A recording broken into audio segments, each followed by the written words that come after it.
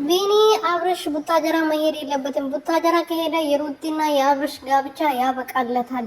እንግዲህ ወንድሙ ደግሞ የሩቲ ወንድም የሚለው ይሄ ፍሪዛሙ ሰውዬ ዱባ የሚያክለው በርሜል የሚያክለው ሰውዬ ማለት ነው። ከዚህ በፊት የሩቲ ቤተሰቦች ናቸው እኔን ያስደበደቡኝ፣ እኔ እነሱን አልተዋቸውም አለቃቸውም እያለ ይዛትብናል ነበር እንዴ።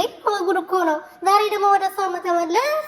እንግዲህ ሩቲዬ በጣም የሚወዷት በጣም የሚያከብሯት ቁጭ ብለው እሷን እየጠበቁ ያሉት ስንት ወንዶች ናቸው ያሉት፣ እንደ ልዕልት እንደ እንቁላል እንደ ንግስት አንከባክበው የሚያኖሯት።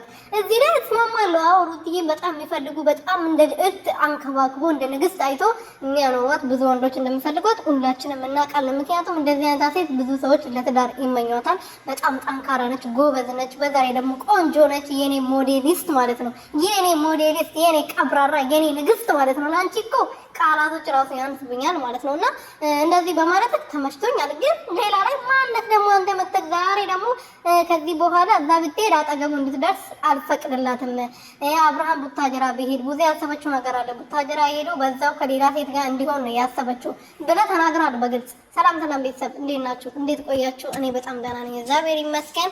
በያላችሁበት ሰላማችሁ ብዘት ተረፍረፍ ይበልልኝ። ለዚህ ቤት ለዚህ ቻናል አዲስ የሆናችሁ ሰብስክራይብ፣ ሼር፣ ላይክ እያደረጋችሁ ቤተሰብ ሆኑልኝ የኔ ወርቆች።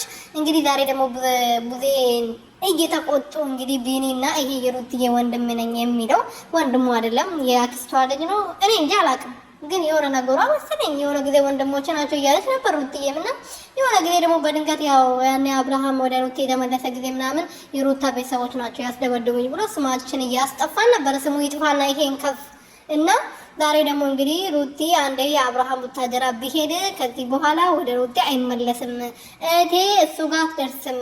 ጉራ ብቻ ዝም ብሎ ቱሪናፋ ብቻ ናቸው እናንተ። እና ሩቲ ደግሞ በእናንተ ሀሳብ ስትጀምር የምትስማማ ሴት አይደለችም። በራሷ ሀሳብ ነው የምትመራ።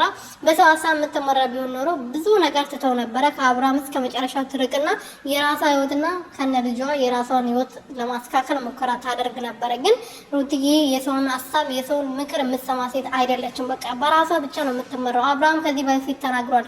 ሰው እንዲህ አድርግ ብሎ ሲነግራት እንደውም ይብስባታል፣ ከሱ ብሳ ነው የምትገኘው። ዝም ስትባል ነው ሩቲ ነገሮችን የምታየው ብላለች።